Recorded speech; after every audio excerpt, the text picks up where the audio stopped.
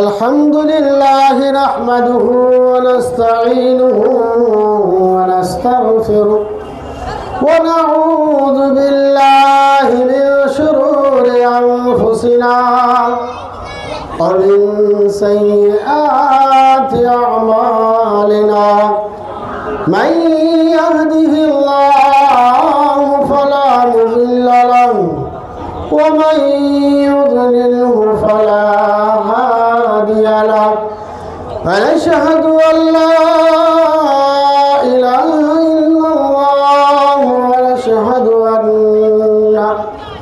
محمدا عبده ورسوله أرسله بالحق بشيرا ونذيرا وداعيا إلى الله وسراجا منيرا. وقال الله تعالى في كتابه الحكيم: أعوذ بالله من الشيطان الرجيم. بسم الله الرحمن الرحيم.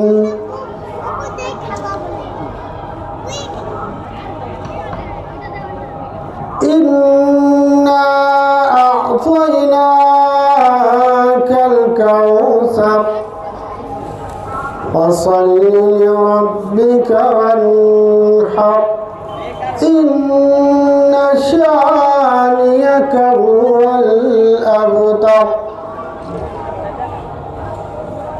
صدق الله المولانا العظيم. وقال النبي صلى الله عليه وسلم: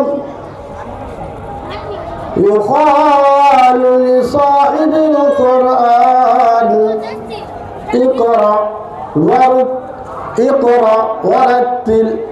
اقرأ وارتقي ورتل كما كنت ترتل في الدنيا فإن منزلتك عند آخر آية تقرأها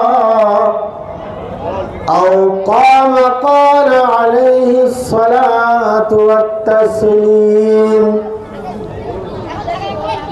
শ্রদ্ধেয় বাইরে থেকে আগমন যে সমস্ত মেহমান এখনো এদিক ওদিক ঘোরাঘুরি করছেন, আমাদের মজলিস শুরু হয়ে গেছে।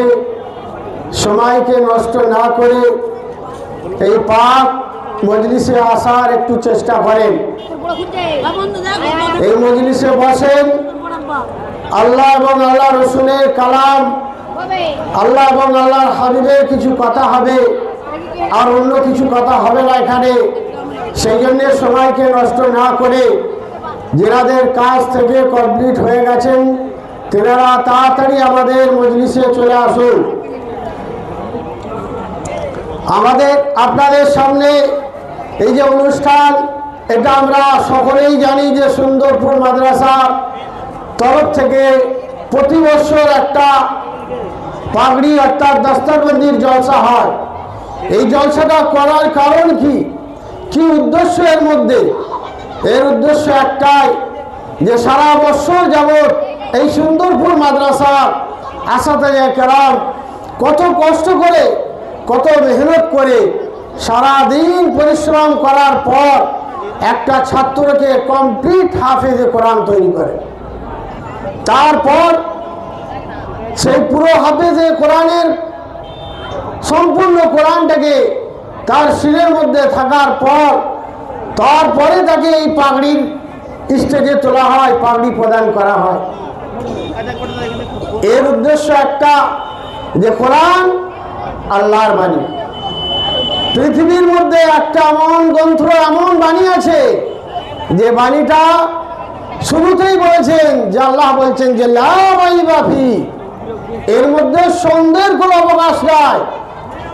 কোন পৃথিবীর মধ্যে কোন লেখক তিনার প্রথম বইয়ের মধ্যে লিখে না যে আমার বইয়ের মধ্যে ভুল ত্রুটি হয় না, কিন্তু কোরআন এ মহান রব্বুল আলামিনের বাণী, তিনার কথা। সেই জন্য এই বাণীটাকে আজ তাকে লক্ষ্য করে, তাকে উদ্দেশ্য করে আজকে এই মজলিস কায়েম করা হয়েছে। বহু মানুষের আবেগ যে মজলিসে আসবো একটু দোয়ার জন্য, আল্লাহর কাছে দুটো হাত তুলে। কেন, কি লাভ হবে? এই লাভ আল্লাহ রসুল বলেন যে কোরআন খতম করার পর বান্দা যখন আমার কাছে চাইবে, আমি সে বান্দার দোয়া কবুল করি। বলুন সুবহানাল্লাহ। ভাইরা আমার আল্লাহওয়ালা ভাইরা, পর্দার আড়ালে মা এবং বোনেরা, এটা শুধু মাদ্রাসা সুন্দরপুর আসাতেজে কেরাম শিক্ষকদের মেহনত নয়, এটা প্রতিটা জনগণ, যে সমস্ত মানুষরা এই মাদ্রাসাকে ভালোবেসেছে এবং অর্থ দান করেছে, তাদেরও এর মধ্যে সহযোগিতা, তাদের মধ্যে এর মধ্যে সবে তাদের অংশ আছে। আজকে ভাবার বিষয় যে দুনিয়ার মুখে হাফেজে কোরআনের কোনো মর্যাদা, কোনো দাম নাই। বেশ কিছুদিন আগে একটা বড় বম্বের বড় ব্যবসাদার, তার একটা ফ্যাক্টরিতে মসজিদ ছিল, তার মসজিদে এক হাফেজ সাহেব ইমামতি করাতেন। তেনার আহলিয়া কোনো কারণে শরীর খারাপ হয়, সেই হাফেজ সাহেব চলে যায়। যাওয়ার পর বেশ কিছুদিন, 15 দিন থেকে 20 দিন পর সে হাফেজ সাহেব ঘুরে আসে। আসার পর সেই ইমাম সাহেবের 20 দিনের মাইনে কেটে নেয়। কত দিনের? 20 দিনের। আর ওরই বেশ সপ্তাহখানেক আগে তার মেয়ের জন্য 5 স্টার হোটেল প্রায় 10 কোটি টাকা ইনভেস্ট করেছে। তার মেয়ের বিয়েতে প্রচুর খরচা করেছে, 10 কোটি টাকা। আর একটা হাফেজে কোরআন, তার শারীরিক নিজের ফ্যামিলির কোনো কন্ডিশন খারাপ থাকার কারণে সে নাগা করেছে, আসতে পারে না, সেই জন্য তার বেতন কেটে নিয়েছে। তো এই মুসলমান, এই জাতির উপরে আল্লাহর অভিশাপ আসবে না তো কোন জাতির উপরে আসবে? যারা কোরআনকে মাননেওয়ালা, যারা কোরআনকে বুকে নিয়ে চলনেওয়ালা, তাদেরকে ইজ্জত করতে পারে না, তাদের সম্মান দিতে পারে না, আল্লাহ রাব্বুল ইজ্জত সে কওমের, সে জাতির কোনদিন উন্নতির পথ দেখাবে না। কাল কিয়ামতের ময়দানে আল্লাহ রাব্বুল ইজ্জত হাফেজে কোরআনকে লক্ষ্য করে বলবেন, ইকরা ইউকালু লিসাহিবিল কোরআন। কাল কিয়ামতের ময়দানে আল্লাহ রাব্বুল ইজ্জত এই কোরআন পড়নেওয়ালাদের, কোরআনকে যারা বুকের মধ্যে রেখেছে তাদেরকে লক্ষ্য করে আল্লাহ রাব্বুল বলবেন, ইকরা, হে বান্দা তুমি পড়ো, ওয়ারতাকি, চলো, তুমি পড়তে যাও এবং চড়তে যাও, ওয়ারাতিল কামা কুনতা তুরাতিলু ফিদ দুনিয়া, তুমি তরতিলের সাথে পড়তে থাকো যে রূপ ভাবে তুমি দুনিয়াতে পড়তে। 6660টার মতো আয়াত আছে। সে আয়াতকে লক্ষ্য করে সে যত পড়বে আর তত চড়বে। ফাইনাল মানজিলাতাকা ইন আখিরি আয়াতিন তাকরাউহা, আল্লাহ রাব্বুল ইজ্জত বলবেন, বান্দারে তুই পড়তে যা, চড়তে যা, তোর পড়া যেখানে শেষ হবে সেখানেই তোর শেষ মঞ্জিল। বলুন সুবহানাল্লাহ। সেই জন্য ভাইরা আমার আল্লাহওয়ালা ভাইরা, এই পাক মজলিস থেকে আপনারা দূরে থাকেন না। যত সময়কে ওদিকে নষ্ট করবেন তত আপনার জীবনের সময় চলে যাবে। এই মজলিস কাল কিয়ামতের ময়দানে নাজাতের জরিয়া হয়ে যাবে। আল্লাহ রাব্বুল ইজ্জত এর দ্বারা মানুষের নাজাতের জরিয়া করে দিবে, আমরা কেউ বলতে পারবো না। সেই জন্যে এই হাফেজে কোরআনের মর্যাদা কত বড়। এই হাদিস যেটা আবু দাউদ, তিরমিজি শরীফ, বহু হাদিসের কিতাবের মধ্যে আছে যে তাকে বলা হবে যে তুমি পড়ো এবং চলো। মুফাসসিরিনরা বলছেন, ইউকালু লিসাহিবিল কোরআন, এর অর্থ হলো হাফেজে কোরআন। অন্য মুফাসসির বলছেন, যারা কোরআনকে মুহাব্বত করে, সকাল সন্ধ্যে কোরআনের তেলাওয়াত করে, তাদেরকে লক্ষ্য করে বলা হবে। সেই জন্য ভাইরা আমার, আজ হাফেজ যারা হাফেজে কোরআন হচ্ছে, দুনিয়ার বুকে তাদের কোনো ইজ্জত মর্যাদা মানুষ দিতে পারে না। কাল কিয়ামতের ময়দানে এদের কত ইজ্জত, কত মর্যাদা কাল কিয়ামতের ময়দানে মানুষ বুঝতে পারবে, মানুষ দেখতে পারবে যে এদের ইজ্জতটা কত ছিল এবং কত বড়। দুনিয়ার মানুষের কাছে এরা সব থেকে ছোট, এরা মসজিদের ইমাম, এদেরকে লোকের ঘরে ঘরে ভাত দিয়ে খাওয়ানো হয়, কিন্তু ভাই আবার এরা হলো হামিলে কোরআন, কোরআনকে সিনার মধ্যে নিয়ে ঘুরে বেড়াচ্ছে। অন্য একটা রিওয়ায়াতের মধ্যে পাওয়া যায়, যদি কোরআনকে কোনো চামড়ার মধ্যে বন্ধ করে তাকে আগুনের মধ্যে ফেলা হয়, সে আগুন সে কোরআনটাকে জ্বালাতে পারবে না। মুফাসসিরিনরা বলেছেন চামড়ার মধ্যে বলতার, অর্থাৎ কোন হাফেজে কোরআন যদি দুনিয়ায় হিফজ করে যায়, কোরআনটাকে তার দিলের মধ্যে রেখে যায়, যাওয়ার পরে দুনিয়াতে কোনো গুনাহ খাতা কাজ করে ফেলে, আল্লাহ রাব্বুল ইজ্জত সেই মানুষটাকে কিয়ামতের দিনে জাহান্নামে দিলেও তাকে জাহান্নামের আগুন স্পর্শ করতে পারবে না।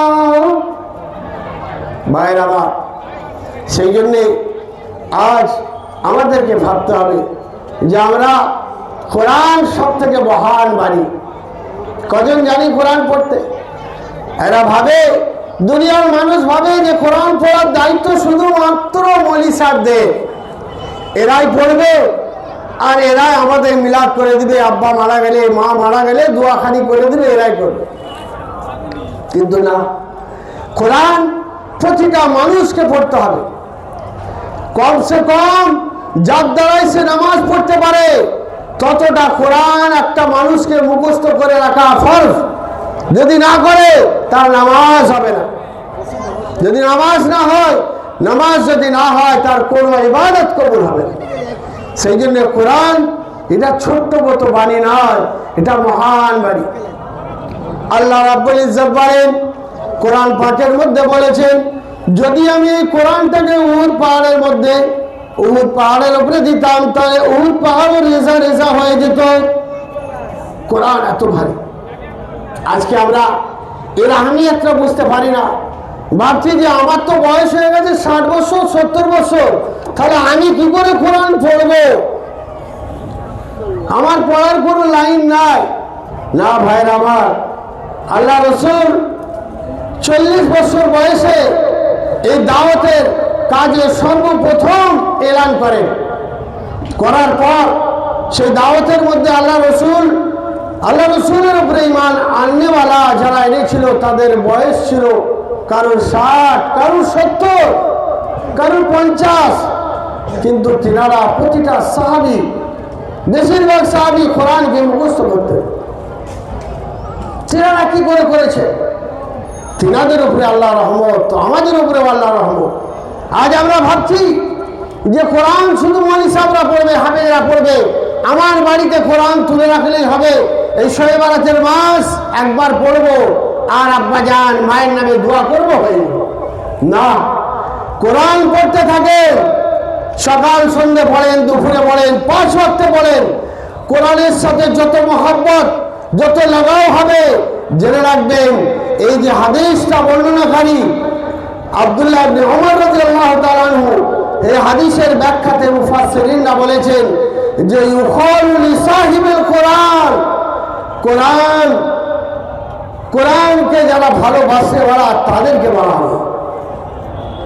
শুধু হাফেজের মধ্যে আসবে না, তারা তো আসছেই, কিন্তু যারা কোরআনকে পড়ে, যারা ভালোবাসে, দুবেলা আল্লাহর বাণীকে পড়ে, চুমু খেয়ে চোখের মধ্যে লাগায়, সিনার মধ্যে লাগায়, মহব্বতের সাথে দেখে, তাদের সাথে আল্লাহ তাআলা বড় আসানের এবং করমের মামলা করবে। বারবার আমরা শুনেছি যে প্রতিটা মাদ্রাসায় জলসা হয়, দস্তরবন্দির জলসা হয়, আমরা আসি যাই, কিন্তু আমরা এ শিক্ষা নিই না যে কোরআন আমার বাড়িতে পড়তে হবে, আমার ছেলেকে পড়াতে হবে, আমার মেয়েকে পড়াতে হবে। আপনার ছেলে বড় বড় ইউনিভার্সিটিতে পড়ে, তাদের ফিস লাখ লাখ টাকা ফিস আপনি দিয়ে পড়াচ্ছেন, কিন্তু কোরআন আপনাকে যে আপনার ছেলেকে শিক্ষা দিতে হবে সেইটা আপনি ভুলে গেছেন। কাল কিয়ামতের ময়দানে আপনার গৃহবান আপনার সন্তান ধরবে। হাদিস আল্লাহ রাসূল বলছেন, কুল্লুকুম রাইন ওয়া কুল্লুকুম মাসউলুন আন রাইয়াতিহি। হে দুনিয়ার মানুষ, প্রতিটা মানুষ তার জিম্মেদার, তার জিম্মেদারির বিষয় তাকে খালি কিয়ামতের ময়দানে আল্লাহ রাব্বুল জিজ্ঞাসা করবেন, বান্দারে তুই আমার দেওয়া জিম্মেদারিতে আমার দেওয়া দায়িত্ব কতটুকু পালন করেছিস বল।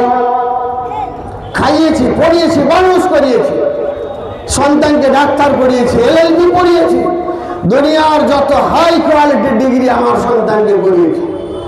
আজ মাদ্রাসার বুকে পা রাখিয়ে দেখেন